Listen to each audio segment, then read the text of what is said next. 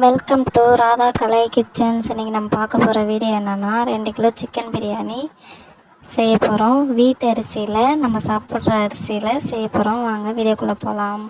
அதுக்கு ஒரு பாத்திரத்தை அடுப்பில் வச்சு எண்ணெய் ஊற்றிட்டு 10 கிராம்பு 10 ஏலக்காய் 4 பிரிஞ்சி இலை 4 பட்டை இது எல்லாத்தையும் அது கூட ஆட் பண்ணி நல்லா கிண்டி விட்டுக்கலாம். நல்லா கிண்டி விட்டதும் இதுக்கப்புறம் வெங்காயம் 800 கிராம் பெரிய வெங்காயம் நல்லா கட் பண்ணி அது கூட சேர்த்துக்கோங்க. வெங்காயம் நல்லா வதங்கணும், நல்லா பொன்னிறமாக வர வரைக்கும் வதங்கணும். வெங்காயம் எந்த அளவுக்கு வதங்குதோ அந்தளவுக்கு டேஸ்ட்டாக இருக்கும். நல்லா வதங்கிடுச்சு பாருங்கள். 10 பச்சை மிளகா, 1/2 கிலோ தக்காளி அதை கூட சேர்த்துக்கலாம். நல்லா வதக்கி விடுங்க. தக்காளி நல்லா மசினா அது கூட கொஞ்சம் உப்பு மேலே தூவி விட்டுக்கோங்க. உப்பு மேலே தூவி விட்டு வதங்கினா சீக்கிரம் வதங்கிடும் தக்காளி. தக்காளி நல்லா வதங்கின பிறகு ஒரு கைப்பிடி புதினா, ஒரு கைப்பிடி கொத்தமல்லி அது கூட ஆட் பண்ணிக்கோங்க. 150 கிராம் இஞ்சி பூண்டு பேஸ்ட்டு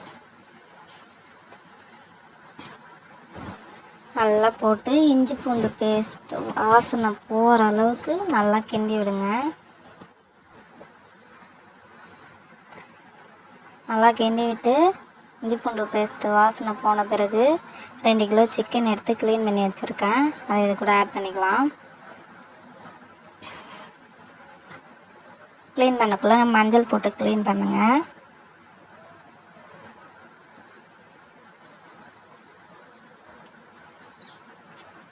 நல்லா மிக்ஸ் ஆனதும்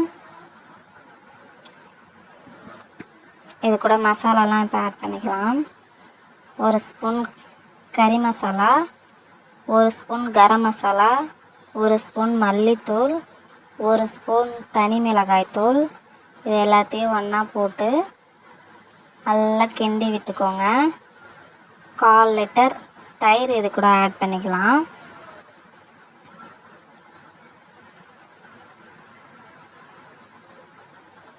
தயிரையும் ஆட் பண்ணி இதையும் நல்லா மிக்ஸ் பண்ணி விட்டுக்கோங்க.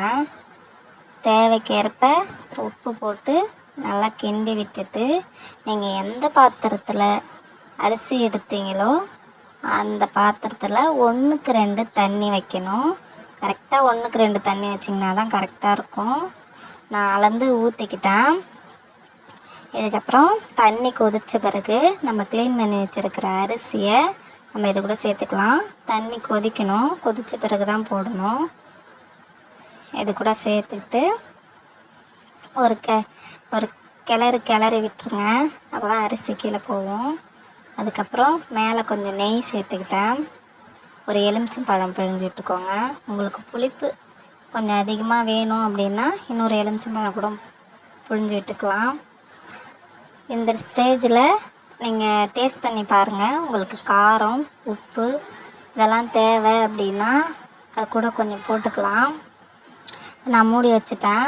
மூடி வச்சுட்டு இந்த ஸ்டேஜ் வரக்குள்ளே எடுத்து நல்லா மேலே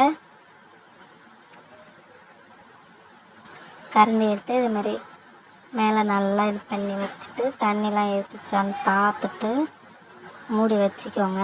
இப்போ தம் போட்டுடலாம். வெயிட் வச்சுக்கோங்க. மேலே கீழே ரொம்ப லோ சிம்மில் வைக்கணும்.